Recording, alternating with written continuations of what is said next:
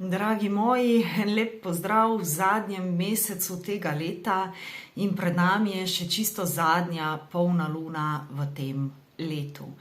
Polno luno bomo imeli jutri, to se pravi v četrtek ob 5. uri zjutraj in 8 minutk.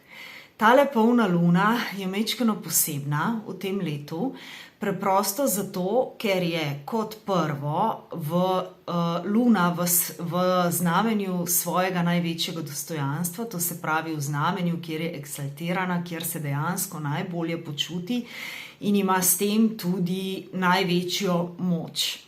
Hkrati pa se na isti stopinji, kot se nahaja luna, nahaja tudi retrograden Mars. To se pravi, imamo čisto poravnavo oziroma samo 4 sekundice razlike med luno in pa retrogradnim Marsom. Kadar so planeti tako blizu skupaj, zelo močno vplivajo eden na drugega, ne? Kar pomeni, da bo to polno luno nekako barvala tudi energija Marsa. Zdaj, samo polna luna v znamenju bika si nekako želi neke stabilnosti v naših emocijah. Luna vedno predstavlja naša čustva, ne? Naš oziroma manas. Medtem ko Mars predstavlja energijo, predstavlja nemir, daje sicer priložnost in možnost za neko akcijo, za neke korake naprej, ampak ker je tokrat pač retrograden, nas bolj kot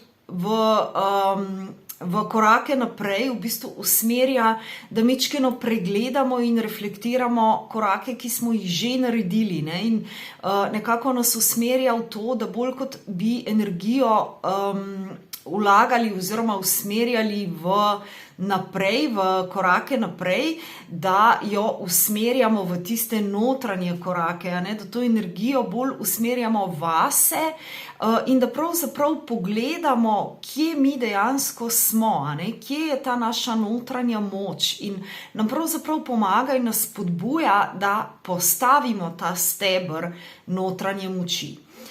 Seveda Mars kot en tak nemiren planet lahko spodbudi tudi te občutke notranjega nemira, jeze, obsojanja, zamer, ne? Tako da zelo je odvisno od tega, kako smo mi sami zavestni sebe, svojih občutkov in predvsem odgovornosti za lastne občutke, ne? In torej, ko se to združi z luno, to pravzaprav pomeni, da bodo na takšen način barvane naše emocije oziroma naša čustva, ne? Tako da to je recimo tisto, kar nam lahko seka ven. Seka to že nekaj časa in že kar nekaj časa govorim o tem in tudi že kar nekaj časa mi jamrate, da je temu tako, ne? Da ugotavljate, da ste na eni točki, ko se pravzaprav srečujete s svojimi sencami, ko se srečujete z okoliščinami v življenju, ki vam nekako kažejo tisto, kar na nek način ni najbolj v ravnovesju znotraj vas.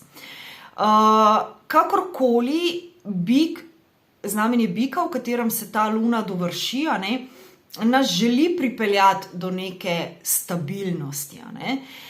Sama luna se nahaja v ozvezdju Rohinji, to je v bistvu nekako najbolj poželjivo ozvezdje in v tem ozvezdju se luna nekako najraje zadržuje in to ozvezdje pravzaprav daje neko lepoto, daje čutnost, senzualnost, šarm, zapeljivost, ne?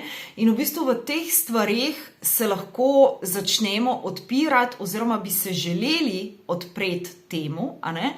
Ampak vsak od nas ima v sebi tudi tistega notranjega kritika, ki v bistvu od nas zahteva, da smo by the book, da smo znotraj nekih okov, da smo znotraj nekih spon družbe, lastnega uma, ne? In ko se v bistvu želimo na eni strani odpreti v tej svoji lepoti, šarmu, v eni taki bolj lahkotni, fluidni energiji, nas takoj ustavi tisti notranji kritik in nas hoče dati v nek predalček. Vedno nasproti lune, kadar je luna polna, je sonce. In sonce se v bistvu nahaja v znamenju škorpijona, kjer pomaga osvetliti pravzaprav vse te naše notranje konflikte oziroma notranje sence oziroma tisto zelo globoko stanje nas samih.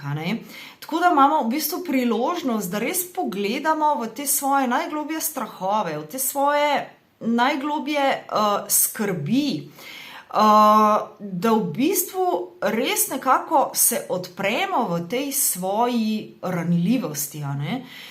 To je za marsikoga izjemno, izjemno strašljivo, odpreti se v ranljivosti. Ampak dejansko skozi ranljivost, pripravljenost biti ranljiv, tukaj se v bistvu skriva naša največja moč. Šele, ko si dovolimo res vse te okove spustiti, iti skozi to paleto čustev od nemira do jeze, obsojanja, kaj mi delajo, kaj se mi dogaja, zakaj ravno meni in tako naprej, ko v bistvu uspemo pogledati v vso to globino tega, kar se znotraj nas dogaja in se odpreti v tej globini in pravzaprav dati to svojo ranljivost na pladnju, na nek način s tem pridobimo največjo moč.